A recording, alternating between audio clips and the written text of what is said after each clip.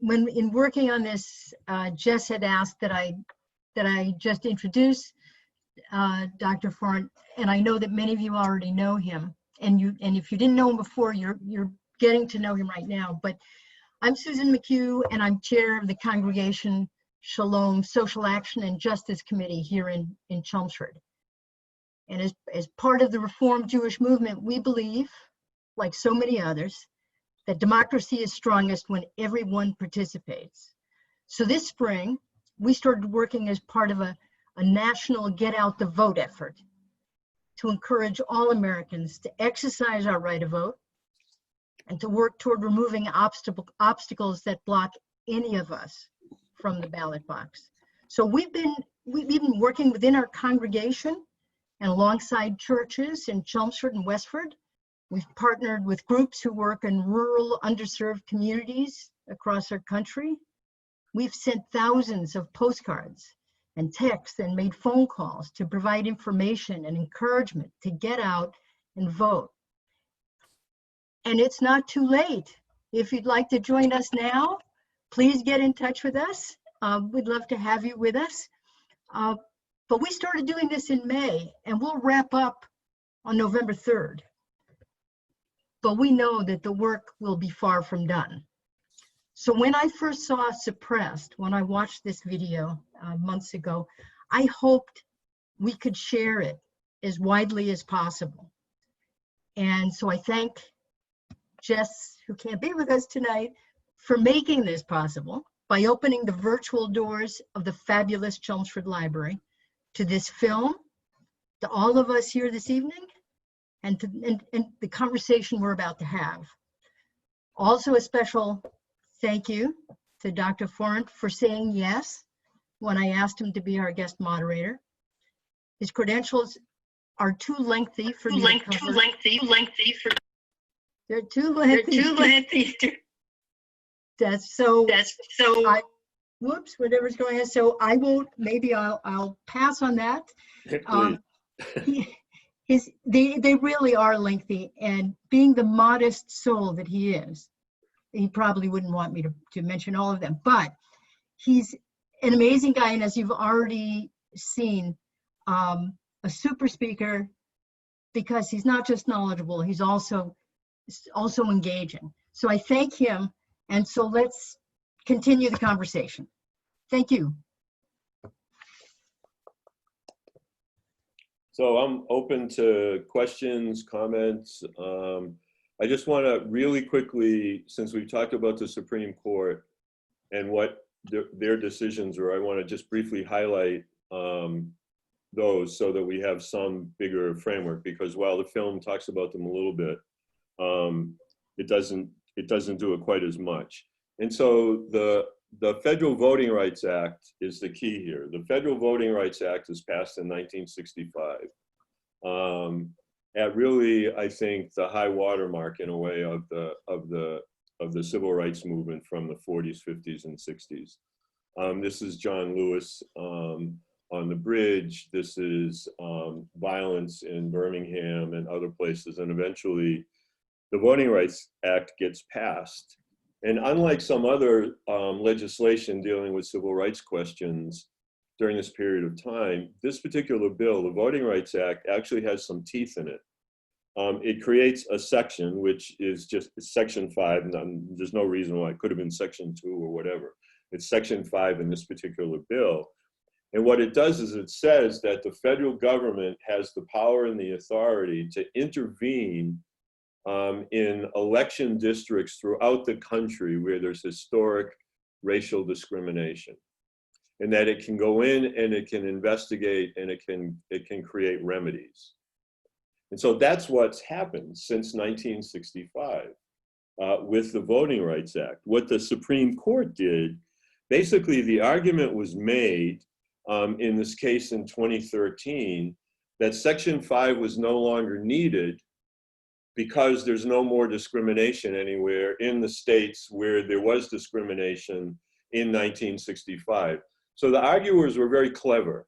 Yes, we agree there was all this crap going on in 1965, but it's not going on anymore. So we don't need the federal government intervening. We need the control of elections to be returned to the states.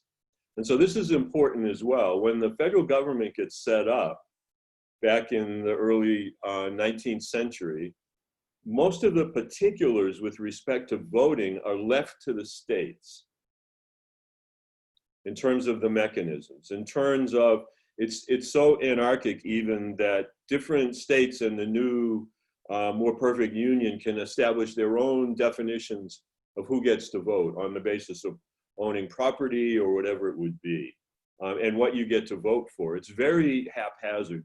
It's not something that I think we all think when we think back to civics in middle school or elementary school when we were younger, that everybody gets to vote and all this stuff happens. It was far from it. And so states could jury rig the electoral system in a way to deprive people of voting, which is obviously what happens in the South of the United States. After the Civil War, the late 19th century, well into the 20th century, African Americans are not allowed to register to vote. The Civil Rights Act, the 1965 Voting Rights Act says you can't do that. You can't deprive people of their right to vote on the basis of their race. And also they add on the basis of language. They basically say you can't discriminate against people who show up to vote who speak Spanish. You have to have a Spanish language ballot. You have to have, in Lowell, a ballot in Khmer as the Cambodian population came. The only reason in Lowell there's a multi-language ballot is because of the Voting Rights Act in 1965 and its enforcement.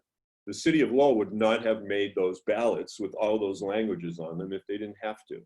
That's the reality, right? And so the 2013 case basically says the federal government's role is over in terms of going into Georgia with what we just saw in this film. And so immediately states, as soon as this case is decided, states are ready. They've already created the plan they're going to implement because they know on the basis of the court they're going to win 5-4. They already know. And so Texas immediately starts in with voter ID and purging voters. Georgia, the same. Alabama, Mississippi, they're all ready to roll. And that's what they do. And you can see the outcome of that in that election. And so it's really pretty striking. I mean, and there's a case in 2018, I'm not going to go as long into it, but the 2018 case is the one that also allows states wide latitude to purge vote, to just lop off names, like we saw in the video. And so they can create an arbitrary definition, and they can, so Massachusetts, if they wanted to, could say, anybody in Massachusetts who hasn't voted in the last 3 gubernatorial elections should be stricken from the voting rolls in Massachusetts, and just do it.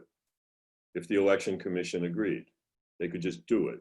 And you would show up to vote and you would say, my name is Bob Forrant and I live at 56 Methuen Street in Lowell and I'm here to vote in Ward 6 precinct, whatever the hell it is. And they would say, sorry, you're not on the voting rolls. And that's again what happened, right? So this is where we are, right? This is a big sort of wide lens picture of what's happening. And that's enough out of me. All right, well, why don't I read another question that came in from the chat right before I lost my connection, so I don't have the name of this person. They asked if there were any current problems with voter suppression here in Massachusetts that we should be more aware of. I don't think there's, I mean, there could well be, and I'm just simply not aware of it. You do have in, in urban areas where you have new immigrant refugee populations, you certainly can have some voter suppression in those places, some denials. It's why years ago I lived in Holyoke, and Holyoke had a really large Spanish-speaking population. And when we were supporting candidates, we would go and poll watch. And if somebody came to vote, and the registrar, the poll worker said, you're not eligible to vote, you're supposed to take a ballot from that person anyway. They're supposed to put it in a double envelope, and it's supposed to be recorded. And then you go to City Hall that evening with the name of the person, and you figure out whether they're actually on the voting roll or not, if they're a resident of, in this case, Holyoke, and where they lived, and they lived in Ward 4 or whatever it was, and are they legit? And then you would count the vote. But if you weren't poll watching, that wouldn't happen. The poll workers, and so in some places in Massachusetts over the years, people have actually had to go and basically poll watch and help people who get up to vote, and for some reason they're turned away, to go talk to that person and say, what happened? No, that's wrong. This is your right. You have a right to file a provisional ballot, and this is what's supposed to happen, and basically threaten the city, with some sort of a legal action if they're not doing it. And so it doesn't happen it does not happen in Massachusetts to the scale that it happens obviously in the film. There's nothing even remotely close to that. Where there's been difficulties in Mass have been with native tribes, like on the Cape, and questions of ID and address and such as well. So that comes up from time to time. But again, not anywhere near the scale of what we're talking about in the film. All right, great, thanks. And let's return to Esther's question if we can. She's referring to the decision that just came down on Monday, October 5th, about the mail-in ballots in South Carolina that need witness signatures. And a lower court had actually said because of COVID, that requirement would be waived, but the Supreme Court actually overruled that. And this might actually tie into a question from Hale as well, who says, have there been any legal decision, state or federal, that would resolve some of the extreme problems that we saw in the film? And obviously this lower court decision waiving the witness requirement would be helpful here, but again, we've seen the Supreme Court overrule that requirement. Yeah, and so it is what it is, right? I mean, the problem is that in lots of cases of as we've seen even in the documentary, you find out too late, and so you lose the election, right? I mean, the impact of everything. And it may well be that in 2022, there's a Supreme Court case, depending on who gets elected in November and who might get to appoint more judges to the Supreme Court. There may be a court decision in 2022 that says what happened to voters in 2018 was actually unconstitutional. No, you can't purge the vote. You can't purge voters that way. That's a violation of one person, one vote. But again, it's like it's already happened, right? That's why in the film, you notice so many times there's attorneys speaking, right? Because they're the people that understand how to get witnesses and how to date and document for that Supreme Court case that might happen like in 3 years or 4 years. They've got the paperwork. And so again, my knowledge of what's happening, a couple of former students of mine, had been working in the Sanders campaign and now are doing groundwork and are going to be doing election watching and whatnot in Ohio. And they're already gearing up for people not being able to vote and what they're going to do. But it's going to throw what's coming into complete chaos in terms of how the decisions are going to get made, right? So, and that's the problem too. You have different state level courts that, because of who gets to appoint state level judges, you can have more.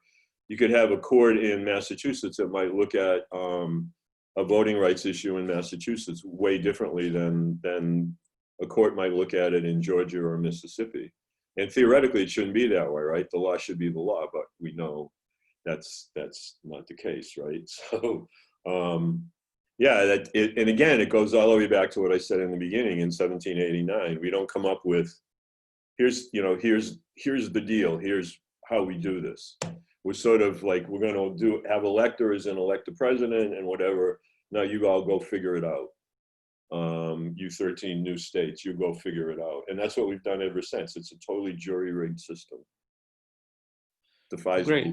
But it is what it is. Yeah, that's a tough explanation to hear, but it does clear things up a little. We have another question from Tracy that actually comes follows up on that nicely, and then a comment from Susan that we'll get to in a little bit. Tracy wanted to know what happened to the lawsuit in Georgia that came from that 2018 election. There was a group that was suing the state of Georgia about the irregularities that came out of it, but I don't know off the top of my head what became of that lawsuit. And if you could explain a little bit more about it to us, that would be great. I do not know either, which means it's wending its way slowly. Right? And again, if you think about the guy toward the end, the Republican strategist toward the end of the documentary who says, we can't win if a lot of people vote.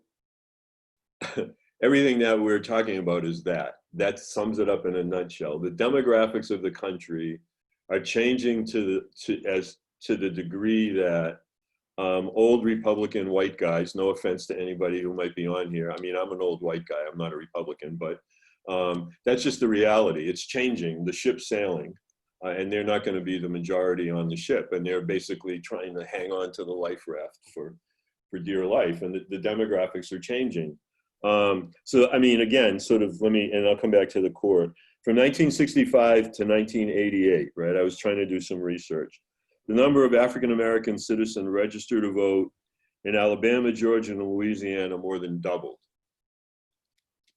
Mississippi experienced a 10-fold increase in Black voter registration between 1965 and 1988. Black legislators across all levels of government more than quadrupled over that period of time. In 2012, national voter turnout rate among Black voters exceeded that of white voters for the first time in American history. That doesn't mean the number, but the percentage of voters. And as the voting population of persons of color grows, if that number holds and there's greater voter participation amongst populations of color, then again, it shifts the balance, particularly in some of the states that we're talking about. And so again, people are very, this is very pointed, very specific, very well thought out in terms of what's happening. It's not random. The case will probably, again, as I said before, that case will probably get solved. It'll get solved at some level at the state. Then it'll go to a federal appeals court because it will be decided in favor of the state and what the state of Georgia did. It'll go to a federal appeals court, and depending on which part of the country it's in, the appeals court may decide one way or the other, but will probably reinforce whatever the Georgia court did. And then if the attorneys have enough stamina, maybe it then becomes something that works its way up through the Supreme Court. And then what'll probably happen, my guess is what'll happen, but it'll probably, I mean, I hope I'm still alive when it happens, but sometime in the mid 2020s or whatever, there'll be a whole bunch of these cases that will be packaged into a Supreme Court case. The attorneys for plaintiffs for discriminated voters will figure out what's the best case. And that's the case that will go forward. Very similar to the way back in the 50s, Brown v. Board of Education was decided. There were several education cases that were all working their way through the court system. And eventually Brown v. Board sort of became this catch-all for about a half a dozen cases. The same thing will probably happen here. People will figure out the Georgia case has a better chance of winning than maybe the Alabama case. So we'll take the Georgia case, and that will be the precedent. So, but again, it's gonna take, I mean, with the court that we have now, if you're in favor of expanding voting rights, we don't want a voting rights case going to this court because it will shrink. It will do something similar to what we've already seen happen. So anyway, it's really complicated. It's a real problem when it gets into the courts. It's very expensive, very time consuming. It also takes it out of the hands of the grassroots. It becomes much more something that's argued behind closed doors, amongst a bunch of really smart people, and it discounts and leaves out the engagement and the involvement of the community. And I mean, that's the way that is. There's really, that's not going to change in my lifetime anyway. Yeah. Well, maybe that's a good place to jump in with a couple of comments here. One from Susan, who mentions again the case of Alabama, where you have to request an absentee ballot, you have to mail in a copy of your ID. It's not easy to get. When you mail in your ballot, it has to be notarized and then have 2 witnesses sign it. And then especially for people who are elderly, people who live alone, people who are trying to stay safe from the virus, Right. that's very difficult to do. And then Cynthia wrote with the question, if the states and ultimately the Supreme Court are making these decisions, what can we do? And so maybe that's a point to bring our Susan back into it and say, what can volunteers do to help people in places where it's very hard to get absentee ballots, it's hard to get witnesses? What can we do?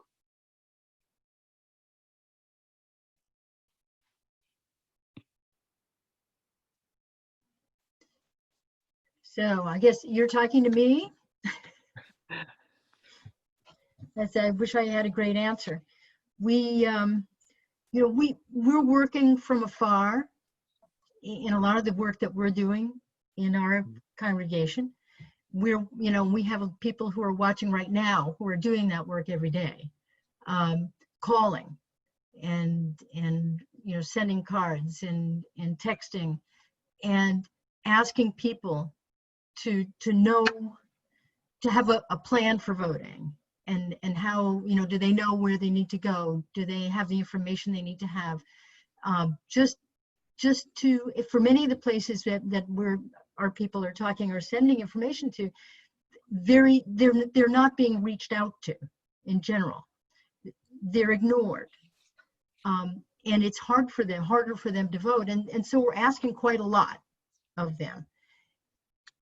We won't know how many of them may be caught up in exactly this scenario. And so is it worth it? I think there's no question in my mind.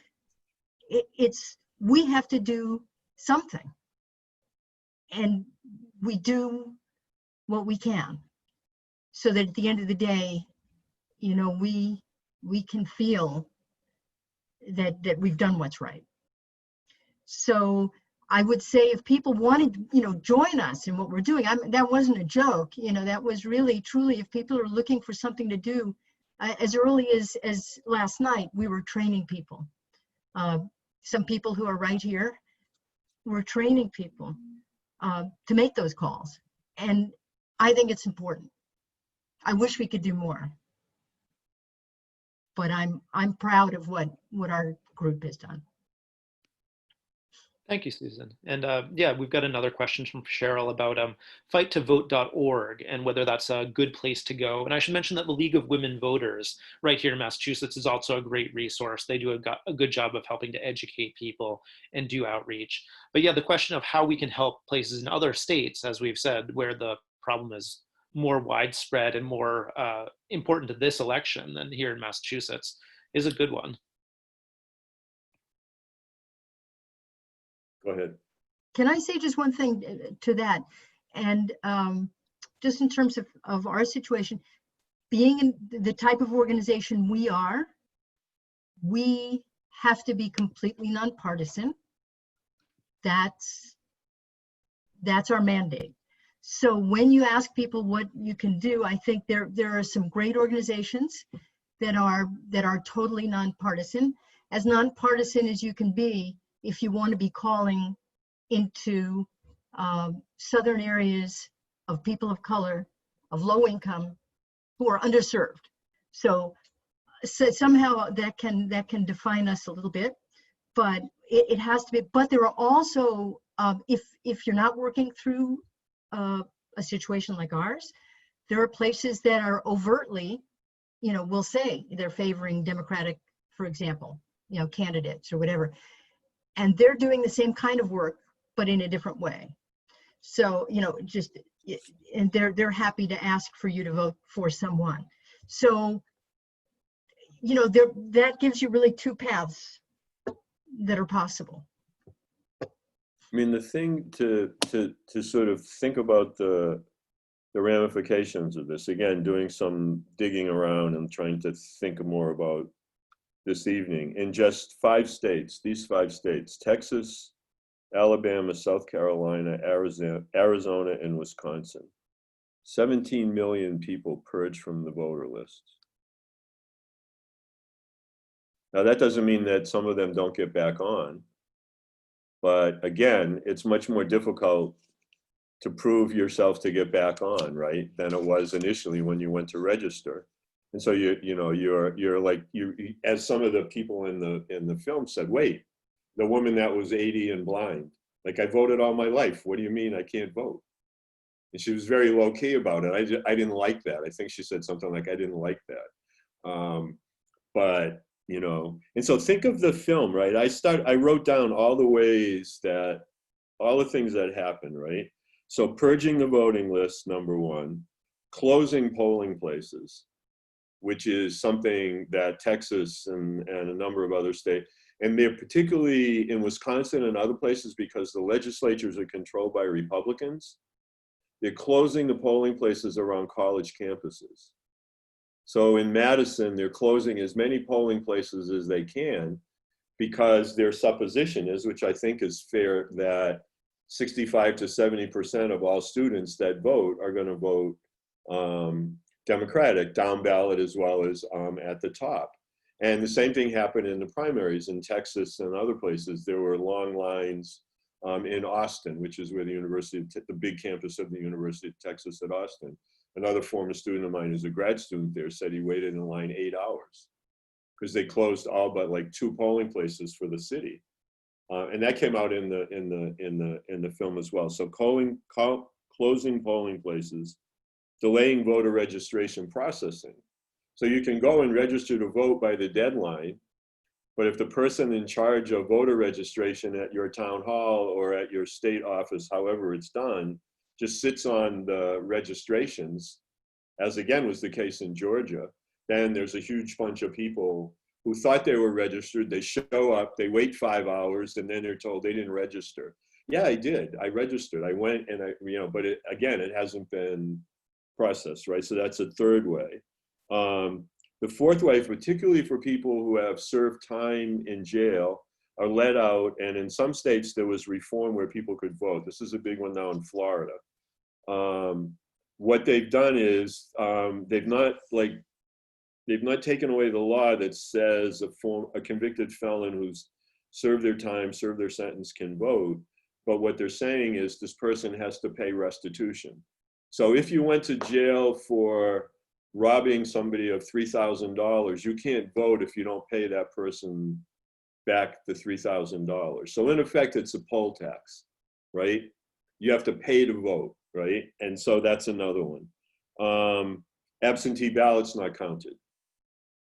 The gentleman who served in the military who was talking about, being away from where he would vote and thinking that he had mailed everything in. The nurse or physician's assistant, whoever she was, who was on the phone saying, "Did you count my ballot?"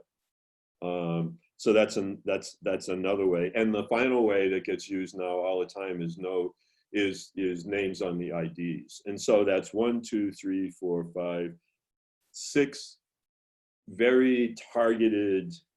And in the video, you notice each time it was, well, if you close polling places and you close them in predominantly African-American neighborhoods, then 70% of all the Black voters in this particular place now have their polling place changed.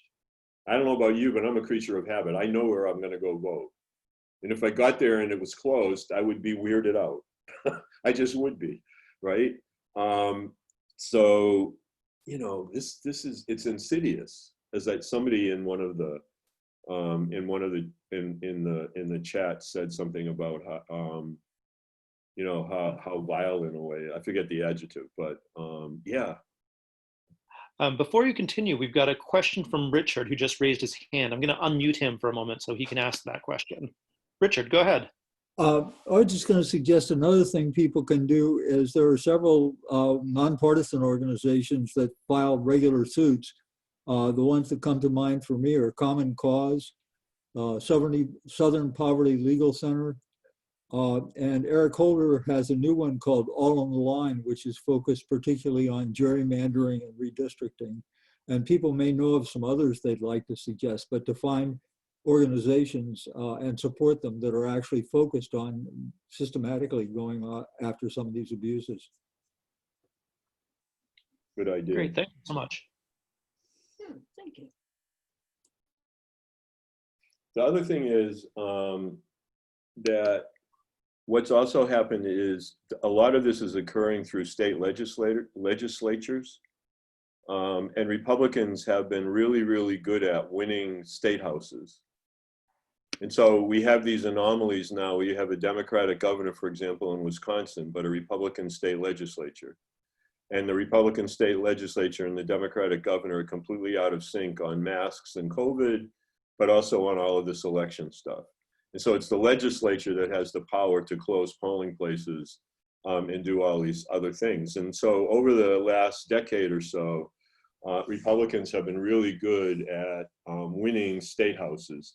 And if they don't win the governorship, they're controlling the state house. And that also means that they're controlling voting districts and the way districts get set up. And so it's one of these kind of, again, sort of out of the way, more arcane things about American politics, but it's something that has incredible influence in the long run. And particularly now we're seeing it in a place like Wisconsin, where the COVID spike is going through the roof in Wisconsin, and the governor's trying to do masks and other things, and hospitals are over. I was watching the news before we got started this evening, and the hospitals are being overrun and overcrowded, and the legislature wants everything to open, no mask mandates, and the governor is just like beside himself. But they control the purse strings. They set the budget. He can veto it, but then it just means there's no budget, which a lot of Republicans would be perfectly happy if the University of Wisconsin closed. Yeah, so it's really, it's a multi-sided, huge political situation we have in 2020. We're really at, I think, again, as a historian, I find us at this really interesting crossroads. On all of these issues, on science, on, everything's being called, right? Everything we think as fundamental, the questions are being called. It's a powerful time. My students are hopelessly confused because they feel like everything around them is falling apart. Like, how did it get this way? And I usually apologize as a stand-in for my generation. I mean, I know they don't hold me personally responsible, but I say, yeah, we made a mess of it. Sorry. Now you got to figure out a way to get us out of it. It's up to you. Well, thank you, Richard. I know that I'm sorry. Thank you, Dr. Forrant. I know that this has been a great evening. We're getting some comments in the chat that just people really appreciate us putting it together. And we'd like to say we appreciate everybody who came in here and stuck with us through a couple of technical issues and took part in the discussion. If you'd like to contact us, feel free to send an email to the library and we'll put you in touch with Dr. Forrant and Susan. And we just, again, really appreciate everybody who came out this evening. Thanks, everybody. Don't forget to vote. Yes. After this, how could you not? Vote early, vote often. Take care, everybody. Thank you so much. I like watching people disappear. Me too. As the screen goes away. That worked.